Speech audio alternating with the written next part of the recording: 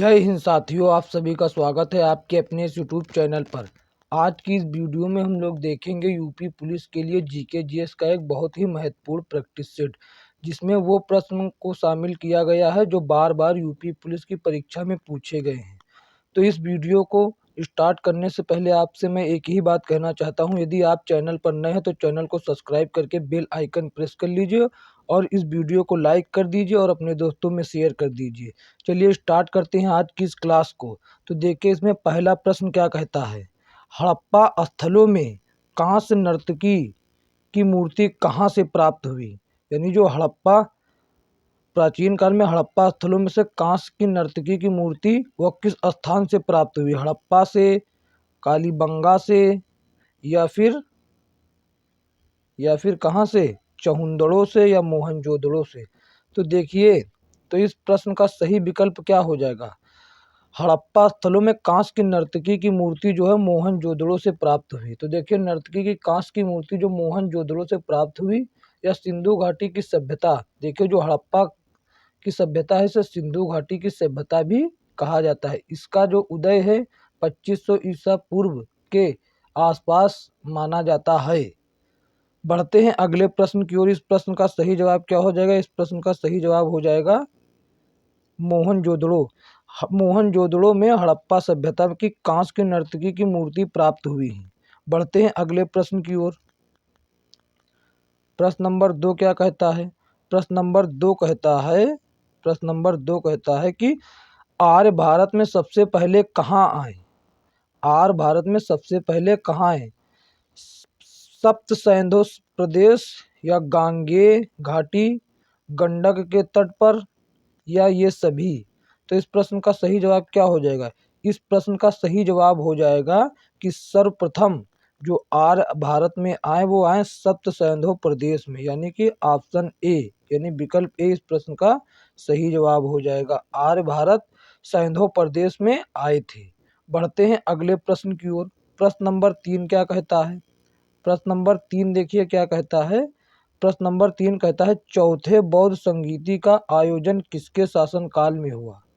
तो देखिए चौथे बौद्ध संगीति का आयोजन किसके शासनकाल में हुआ। तो इस प्रश्न का सही जवाब क्या हो जाएगा, तो देखिए जो चौथी बौद्ध संगीति थी वह कनिष्क से के शासनकाल में हुई थी। यानी इस प्रश्न का सही उत्तर हो जाएगा कनिष्क से। कनिष्क के शासनकाल में चौथी बौद्ध संगीति हुई थी। तो देखिए प्रथम बौद्ध संगीति जो है वह अजातशत्रु के शासनकाल में हुई थी और द्वितीय बौद्ध संगीति काला अशोक के शासनकाल में हुई थी। देखिए फर्स्ट बौद्ध संगीति किसके फर्स्ट हुई थी, अजातशत्रु के शासनकाल में, और सेकेंड किसके शासनकाल में हुई, सेकेंड हुई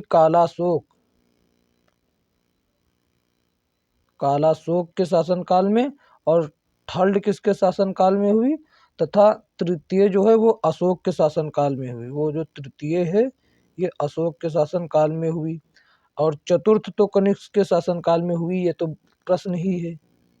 चौथी बौद्ध संगीति जो है वह कनिष्क के शासनकाल में हुई, और पहली बौद्ध संगीति जो है वह अजातशत्रु के शासनकाल में, और दूसरी बौद्ध संगीति जो है वह काला अशोक के शासनकाल में हुई थी। बढ़ते हैं अगले प्रश्न की ओर। प्रश्न नंबर 4 क्या कहता है, प्रश्न नंबर 4 कहता है कि 1857 के विद्रोह के समय भारत का गवर्नर जनरल कौन था। तो देखिए कौन, लॉर्ड डलहौजी, या फिर लॉर्ड कैनिंग, या लॉर्ड लिटन, या फिर इनमें से कोई नहीं।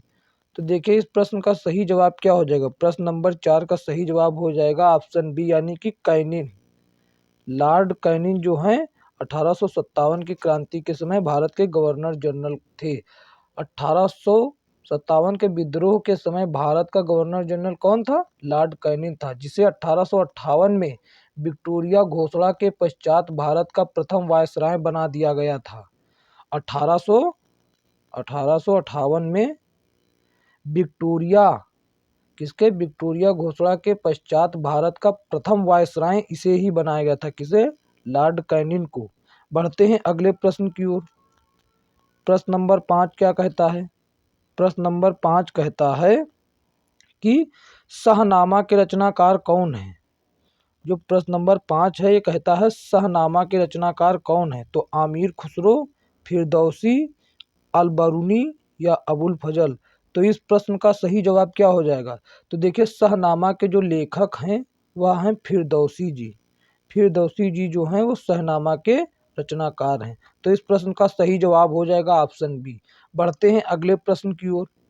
प्रश्न नंबर 6 क्या कहता है?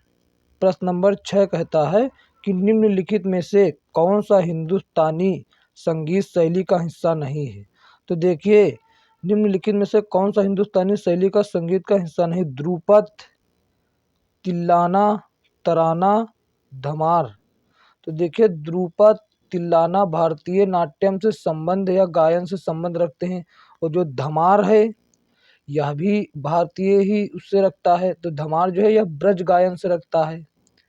धमार जो है यह ब्रज गायन से रखता है। ये तीनों जो हैं वो तराना, तराना जो है यही जो है भारतीय संगीत यानी हिंदुस्तानी से हिस्सा नहीं रखता है। यह जो इस प्रश्न का सही जवाब हो जाएगा ऑप्शन सी हो जाएगा। तो देखिए ध्रुपद और तिल्लाना जो है यह भारतनाट्यम से संबंध रखते हैं।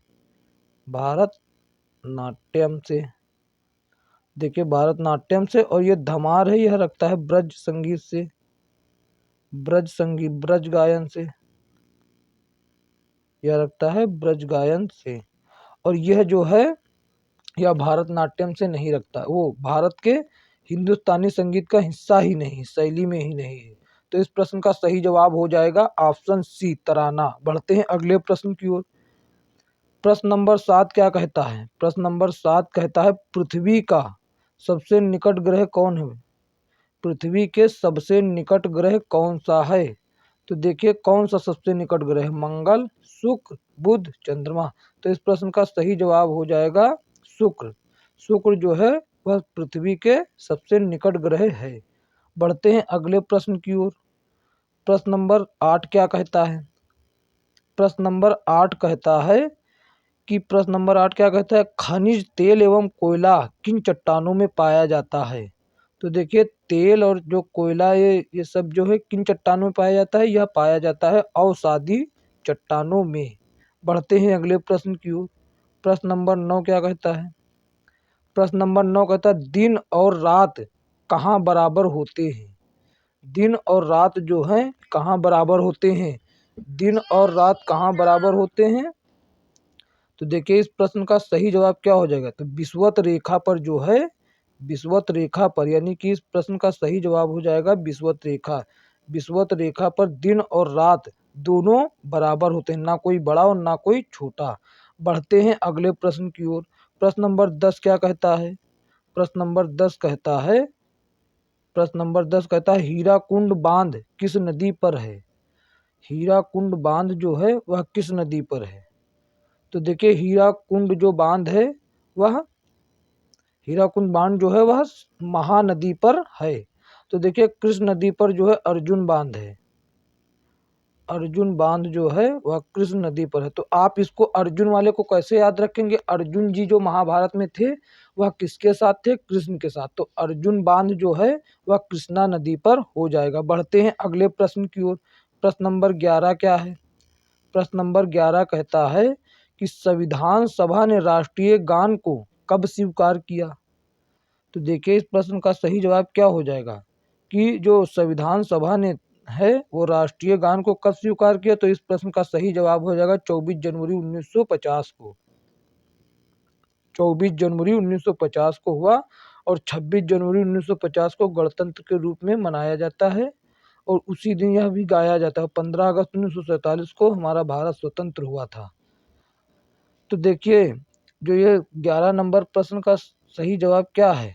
इस प्रश्न का सही जवाब है 24 जनवरी 1950 को जो है राष्ट्रगान को स्वीकार किया गया था संविधान सभा द्वारा। बढ़ते हैं अगले प्रश्न की ओर। प्रश्न नंबर 12 क्या है? प्रश्न नंबर 12 है यदि प्रधानमंत्री या कोई अन्य मंत्री सदन का सदस्य नहीं है तो उसे पद पर बने रहने के लिए कितने दिनों के अंदर संसद का सदस्य बनना आवश्यक है? तो 12 नंबर प्रश्न का सही क्या जवाब हो जाएगा? यदि प्रधानमंत्री या कोई अन्य मंत्री सदन का सदस्य नहीं है तो उसे पद पर बने रहने के लिए कितने दिनों के अंदर संसद का सदस्य बनना आवश्यक है? तो 6 माह के अंदर ही संसद का सदस्य बनना आवश्यक है। कितने? 6 महीने के अंदर ही उसे संसद का सदस्य बनना आवश्यक है, अन्यथा उसे रिजेक्ट कर दिया जाएगा उसके पद से। बढ़ते हैं अगले प्रश्न की ओर। प्रश्न नंबर 13 क्या कहता है? प्रश्न नंबर 13 कहता है कि राज्य की कार्यपालिका का प्रमुख कौन होता है? तो देखिए राज्य की कार्यपालिका का प्रमुख कौन होता है? तो देखिए राज्य की कार्यपालिका का प्रमुख कौन होता है? तो होता है राज्यपाल। राज्यपाल जो है राज्य की कार्यपालिका का प्रमुख होता है। तो प्रधान कौन होता है राज्य की कार्यपालिका का? तो राज्य की कार्यपालिका का प्रधान राज्यपाल होता है, जबकि वास्तविक प्रधान मुख्यमंत्री होता है। राज्य का वास्तविक प्रधान कौन होता है? वास्तविक प्रधान होता है मुख्यमंत्री। तो इस प्रश्न का सही जवाब हो जाएगा ऑप्शन बी। बढ़ते हैं अगले प्रश्न की ओर। प्रश्न नंबर 14 क्या है? प्रश्न नंबर 14 कहता है कि सरकारिया आयोग का संबंध है किससे निम्न में से? मतलब चारों विकल्प में से जो है सरकारिया का संबंध किससे है? केंद्र राज्य संबंध से, नदी पानी बंटवारे से, सूचना के अधिकार से, लाभ के पद संबंधी विवाद से। तो इस प्रश्न का सही जवाब हो जाएगा केंद्र राज्य संबंधों से। ऑप्शन ए इस प्रश्न का सही जवाब हो जाएगा। बढ़ते हैं अगले प्रश्न की ओर। तो प्रश्न नंबर 15 क्या कहता है? प्रश्न नंबर 15 कहता है कि द्वितीय पंचवर्षीय योजना के किस क्षेत्र, यानी जो द्वितीय पंचवर्षीय योजना में किस क्षेत्र के विकास पर सर्वाधिक बल दिया गया था? तो देखिए जो 15 नंबर प्रश्न का सही जवाब क्या हो जाएगा? जो 15 नंबर का प्रश्न का सही जवाब क्या होगा? उद्योग। द्वितीय पंचवर्षीय योजना में किसे? उद्योग को सर्वाधिक बल दिया गया था, कि उद्योग के विकास पर जो है वह सर्वाधिक बल दिया गया था, और प्रथम में कृषि पर बल दिया गया था। बढ़ते अगले प्रश्न की ओर। अगला प्रश्न है जीएसटी। अगला प्रश्न क्या है? जीएसटी परिषद का उपाध्यक्ष कौन होता है? तो देखिए जीएसटी परिषद का उपाध्यक्ष कौन होता है? तो इस प्रश्न का सही जवाब हो जाएगा किसी राज्य का वित्त मंत्री। किसी राज्य का वित्त मंत्री जो है जीएसटी परिषद का उप अध्यक्ष होता है। बढ़ते हैं अगले प्रश्न की ओर। प्रश्न नंबर 17 क्या कहता है? प्रश्न नंबर 17 क्या कहता है? प्रश्न नंबर 17 कहता है नरसिंह समिति संबंधित है किससे? नरसिंह समिति जो संबंधित है वह बैंक सुधार से संबंधित है। किससे? बैंक सुधार से संबंधित है। बढ़ते हैं अगले प्रश्न की ओर। प्रश्न नंबर 18 क्या कहता है? प्रश्न नंबर 18 कहता है कि केंद्र सरकार के बजट के चालू खाते में व्यय की सबसे बड़ी मद क्या है? व्यय की जो सबसे बड़ी मद क्या है? रक्षा व्यय, किसानों की सब्सिडी, सामाजिक सेवाओं पर व्यय, या ब्याज भुगतान। तो इस प्रश्न का सही जवाब हो जाएगा ब्याज भुगतान। ब्याज भुगतान जो है केंद्र सरकार के बजट के चालू खाते में व्यय की सबसे बड़ी मद है। तो 18 नंबर प्रश्न का सही जवाब हो जाएगा डी। 18 नंबर प्रश्न का सही जवाब हो जाएगा ऑप्शन डी। बढ़ते हैं अगले प्रश्न की ओर। प्रश्न नंबर 19 क्या कहता है?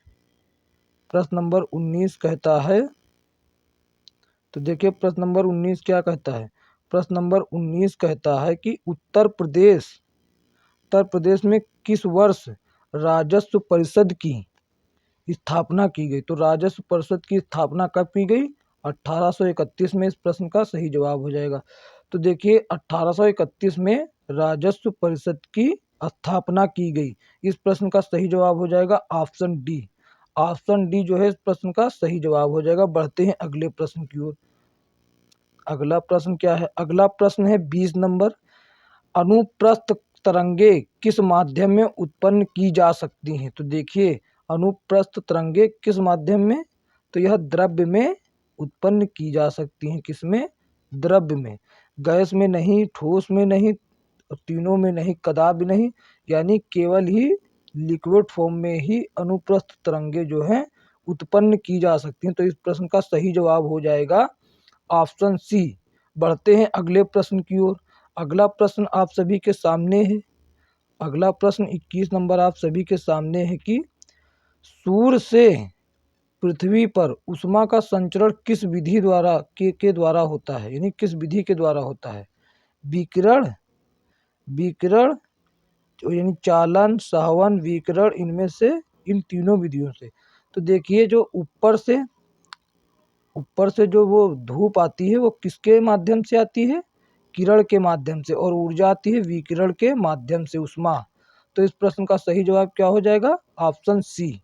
ऑप्शन सी इस प्रश्न का सही जवाब हो जाएगा। बढ़ते हैं अगले प्रश्न की ओर। अगला प्रश्न क्या है, अगला प्रश्न है प्रश्न नंबर 22 है आप सभी के सामने। प्रश्न नंबर 22 कहता है निम्न में से कौन सा युग्म सुमेलित नहीं है। तो देखिए कौन सा युग्म जो है सुमेलित नहीं है।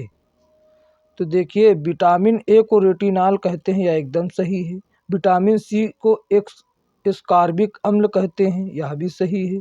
विटामिन बी का नाम, रासायनिक नाम थायमीन है, यह भी सही है। विटामिन के का टेकोफेराल नाम नहीं है, यही गलत है, यही जो है गलत है। देखिए अन्य सभी जो हैं वो सही हैं, केवल ऑप्शन डी में दिया गया है, जो ऑप्शन डी में जो दिया गया विटामिन के को टोकोफेराल नहीं कहते हैं। तो 22 नंबर प्रश्न जो है विटामिन ई को, विटामिन ई को क्या कहा जाता है, विटामिन ई को कहा जाता है टेकोफेराल। ये किसका है, ये किसका है, यह है विटामिन ई का नाम। और विटामिन को कहा जाता है फिलोक्विनोन, ये है विटामिन ई का। और ये के को कहा जाता है क्या, के को कहा जाता है फिलोक्विनोन, फिलोक्विनोन। बढ़ते हैं अगले प्रश्न की ओर। प्रश्न नंबर 23 क्या कहता है, प्रश्न नंबर 23 कहता है कि लॉन्ग वॉक टू फ्रीडम। प्रश्न नंबर 23 क्या कहता है, प्रश्न नंबर 23 कहता है लॉन्ग वॉक टू फ्रीडम निम्न में से किसकी कृति है। बढ़ते हैं इस प्रश्न के जवाब की ओर। तो देखिए जो 23 नंबर प्रश्न है लॉन्ग वॉक टू फ्रीडम, इस कृति के रचनाकार कौन है, नेल्सन मंडेला। नेल्सन मंडेला की यह कृति है, नेल्सन मंडेला के द्वारा लिखी गई है। बढ़ते हैं अगले प्रश्न की ओर। प्रश्न नंबर 24 क्या कहता है, प्रश्न नंबर 24 कहता है उत्तर प्रदेश शैक्षणिक अनुसंधान एवं विकास परिषद की स्थापना किस वर्ष की गई। तो इस प्रश्न का सही जवाब हो जाएगा 1981। 1981 में शैक्षणिक अनुसंधान एवं विकास परिषद की स्थापना की गई। तो इस प्रश्न का सही जवाब हो जाएगा ऑप्शन ए। ऑप्शन ए जो है इस प्रश्न का सही जवाब हो जाएगा। बढ़ते हैं अगले प्रश्न की ओर। उत्तर प्रदेश में उर्दू प्रशिक्षण एवं अनुसंधान केंद्र अवस्थित है, यानी कहाँ स्थित है। तो इस प्रश्न का सही जवाब हो जाएगा लखनऊ में। लखनऊ में जो है उर्दू प्रशिक्षण एवं अनुसंधान केंद्र स्थित है। बढ़ते हैं अगले प्रश्न की ओर। प्रश्न नंबर 26 क्या कहता है, प्रश्न नंबर 26 कहता है उत्तर प्रदेश में लोकगीतों की काफ़ी प्राचीन परंपरा रही है। बताइए ठोला लोकगीत निम्नलिखित में से कहाँ प्रचलित है। तो देखिए जो ठोला लोकगीत है वह कहाँ प्रचलित है, ठोला लोकगीत जो है आगरा और मेरठ में प्रचलित है। तो इस प्रश्न का सही जवाब हो जाएगा option A, right answer. Option A जो है वह राइट आंसर हो जाएगा। तो बढ़ते हैं अगले प्रश्न की ओर। प्रश्न नंबर 27 क्या कहता है, प्रश्न नंबर 27 कहता है, प्रश्न नंबर 27 कहता है हिंदू मुस्लिम की एकता का प्रतीक, हिंदू मुस्लिम की एकता का प्रतीक सुलह कुल उत्सव उत्तर प्रदेश के किस शहर में आयोजित किया जाता है। तो देखिए इस प्रश्न का सही जवाब हो जाएगा मेरठ। मेरठ में जो है हिंदू मुस्लिम एकता का प्रतीक कौन है, सुलह कुल उत्सव मेरठ में मनाया जाता है, यानी आयोजित किया जाता है कहाँ, मेरठ में सुलह कुल उत्सव, जो कि हिंदू मुस्लिम की एकता का प्रतीक है। तो 28 नंबर प्रश्न क्या है, 28 नंबर प्रश्न की ओर बढ़ते हैं। इस प्रश्न का सही जवाब हो जाएगा ऑप्शन ए, मेरठ। बढ़ते हैं अगले प्रश्न की ओर। प्रश्न नंबर 28 कहता है उत्तर प्रदेश के किस आर्थिक क्षेत्र का जनघनत्व सर्वाधिक है? तो इस प्रश्न का सही जवाब क्या होगा? पूर्वी क्षेत्र का, पश्चिमी क्षेत्र का, बुंदेलखंडी क्षेत्र का या केंद्रीय क्षेत्र का? तो देखिए, केंद्रीय क्षेत्र कभी भी उत्तर प्रदेश नहीं हो सकता। केंद्रीय तो पूरे देश का बात हो रहा, तो ये केवल उत्तर प्रदेश कैसे होगा? तो ये ऐसे ही गलत हो गया। तो इस प्रश्न का सही जवाब है पूर्वी क्षेत्र का। पूर्वी क्षेत्र का जनघनत्व जो है सर्वाधिक है। बढ़ते हैं अगले प्रश्न की ओर। तो प्रश्न नंबर 29 क्या कहता है? प्रश्न नंबर 29 कहता है कि उत्तर प्रदेश की स्वधार योजना किससे संबंधित है? 29 नंबर प्रश्न क्या कहता है? उत्तर प्रदेश की स्वधार योजना किससे संबंधित है? तो जो उत्तर प्रदेश की स्वधार योजना है, या स्थापत्य कला या इमारतों की मजबूत करने से संबंधित है। तो इस प्रश्न का सही जवाब हो जाएगा ऑप्शन ए, स्थापत्य कला की प्रत्येक इमारतों को मजबूत करने से है स्वधार योजना का संबंध। और बढ़ते हैं अगले प्रश्न की ओर। अगला प्रश्न आप सभी के सामने है। अगला प्रश्न कहता है कि ये क्या हो रहा है? अगला प्रश्न कहता है पुलिस व्यवस्था का क्या कर्तव्य है? अगला प्रश्न है पुलिस व्यवस्था का क्या कर्तव्य है? अपराधियों को पकड़ना बिल्कुल है, अपराधियों को सजा दिलाना ये भी है, व्यक्ति को न्याय दिलाना ये भी। ये तीनों जो हैं एक पुलिस व्यवस्था के कर्तव्य ही हैं। अपराधियों को पकड़ना भी है और अपराधियों को सजा दिलाना भी है और व्यक्तियों को न्याय दिलाना भी, यानी कि उपरोक्त सभी जो हैं ये पुलिस व्यवस्था के कर्तव्य हैं। ऑप्शन डी इस प्रश्न का सही जवाब हो जाएगा। बढ़ते हैं अगले प्रश्न की ओर। अगला प्रश्न क्या है? अगला प्रश्न है समाज में पुलिस की छवि किस प्रकार की है? जो छवि है समाज में छवि जो है पुलिस की किस प्रकार की है? तो देखिए 31 नंबर प्रश्न का सही जवाब हो जाएगा निरंकुश, जिस पर कोई अंकुश नहीं है। इस प्रश्न का सही जवाब हो जाएगा ऑप्शन बी निरंकुश। पुलिस की जो छवि है समाज में निरंकुश है। बढ़ते हैं अगले प्रश्न की ओर। प्रश्न नंबर 32 क्या कहता है? प्रश्न नंबर 32 कहता है कि कौन सा जैविक कारक मरुस्थलों में कम वनस्पति के उत्पादन के लिए उत्तरदायी होता है? तो देखिए कौन सा जैविक कारक जो है मरुस्थल में कम वनस्पति उत्पादन के लिए उत्तरदायी होता है? तो 32 नंबर प्रश्न का सही जवाब क्या होगा? तो देखिए इसमें क्या जंतु तथा बकरियों द्वारा चरना रहने वाले मानव निम्न वर्षा मृदा की दुर्बल उर्वरकता। तो देखिए इस प्रश्न का सही जवाब हो जाएगा जंतुओं तथा बकरियों द्वारा चरना। ऑप्शन ए इस प्रश्न का सही जवाब हो जाएगा। बढ़ते हैं अगले प्रश्न की ओर। प्रश्न नंबर 33 क्या कहता है? तो देखिए प्रश्न नंबर 33 आप सभी के सामने है। प्रश्न नंबर 33 कहता है अंतर्राष्ट्रीय दूरसंचार संघ द्वारा जारी वैश्विक साइबर सुरक्षा सूचकांक 2017 में भारत का कौन सा स्थान प्राप्त हुआ? तो प्रश्न नंबर 33 में है जो 23वां। प्रश्न नंबर 33 में 23वां, यानी कि अंतर्राष्ट्रीय दूरसंचार संघ द्वारा जारी वैश्विक साइबर सुरक्षा सूचकांक 2017 में भारत को कौन सा स्थान प्राप्त हुआ? तो 23वां स्थान जो है वह भारत को प्राप्त हुआ।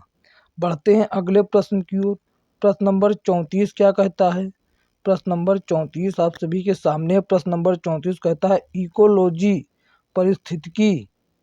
इकोलॉजी यानी कि पारिस्थितिकी शब्द का सर्वप्रथम प्रयोग किया गया कहाँ, यानी किसने किया? जो ये 34 नंबर प्रश्न है ये कह रहा है इकोलॉजी यानी कि पारिस्थितिकी शब्द का प्रयोग सर्वप्रथम किसने किया? तो पारिस्थितिकी शब्द का प्रयोग सर्वप्रथम हेकल ने किया, जो कि कौन है? यह जो कि वो हैं भौतिक क्या बोलते हैं फिलोसोफर, दार्शनिक जिन्हें बोलते हैं, दार्शनिक हेकल ने किया। बढ़ते हैं अगले प्रश्न की ओर। प्रश्न नंबर 35 की ओर बढ़ते हैं। 35 नंबर प्रश्न क्या कहता है? तो देखिए 35 नंबर प्रश्न क्या कहता है?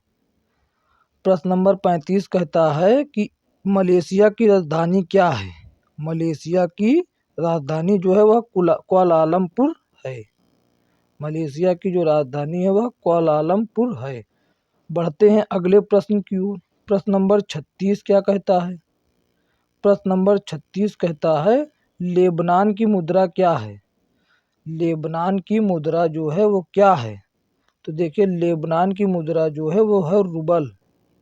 रूबल नहीं, पाउंड। पाउंड जो है वह लेबनान की मुद्रा है। लीटा जो है यह इटली की मुद्रा है। इटली इटली की मुद्रा है। बढ़ते हैं अगले प्रश्न की ओर। प्रश्न नंबर 37। प्रश्न नंबर 37 क्या है? विश्व विश्व जल दिवस किस दिन मनाया जाता है? तो देखिए विश्व जल दिवस किस दिन मनाया जाता है? विश्व जल दिवस जो है 22 मार्च को मनाया जाता है। तो 22 मार्च इस प्रश्न का सही जवाब यानी कि ऑप्शन ए हो जाएगा। 22 मार्च को विश्व जल दिवस मनाया जाता है। प्रश्न नंबर 38 क्या कहता है? प्रश्न नंबर 38 कहता है कि जैविक कृषि विश्व कुंभ 2017 का आयोजन कहाँ किया गया? तो देखिए यह प्रीवियस ईयर क्वेश्चन है इसलिए 2017 का है। जैव कृषि विश्व कुंभ 2017 का आयोजन कहाँ किया गया? तो इसका आयोजन किया गया ग्रेटर नोएडा यानी कि ऑप्शन ए में। ऑप्शन ए में इसका आयोजन किया गया था। तो अगला प्रश्न देखते हैं। प्रश्न नंबर 39 क्या कहता है? प्रश्न नंबर 39। प्रश्न नंबर 39 क्या कहता है? प्रश्न नंबर 39 कहता है प्रधानमंत्री नरेंद्र मोदी ने सौभाग्य योजना की शुरुआत कब की? तो देखिए प्रधानमंत्री ने सौभाग्य योजना की शुरुआत कब की? 25 सितंबर 2017। 25 सितंबर 2017। ऑप्शन ए जो है इस प्रश्न का सही जवाब हो जाएगा। ऑप्शन सी ए जो है इस प्रश्न का सही जवाब हो जाएगा। बढ़ते हैं अगले प्रश्न की ओर। प्रश्न नंबर 40 और इस वीडियो का अंतिम प्रश्न है। वो क्या कहता है? वर्ष 2017 में 14वां भारत यूरोपीय संघ शिखर सम्मेलन कहाँ आयोजित किया गया था? तो इस प्रश्न का सही जवाब क्या हो जाएगा? नई दिल्ली। नई दिल्ली जो है इस प्रश्न का सही जवाब हो जाएगा। तो देखिए आज की वीडियो में इतना ही। यदि यह वीडियो पसंद आई है तो इसे लाइक करें, कमेंट करें और दोस्तों में शेयर करें। और चैनल पर पहली बार आए हैं तो चैनल को सब्सक्राइब करके बेल आइकन प्रेस कर लीजिए ताकि आने वाली हर नोटिफिकेशन सबसे पहले आप तक पहुंचे। तब तक के लिए धन्यवाद। जय हिंद, जय भारत। मिलते हैं किसी अन्य वीडियो में।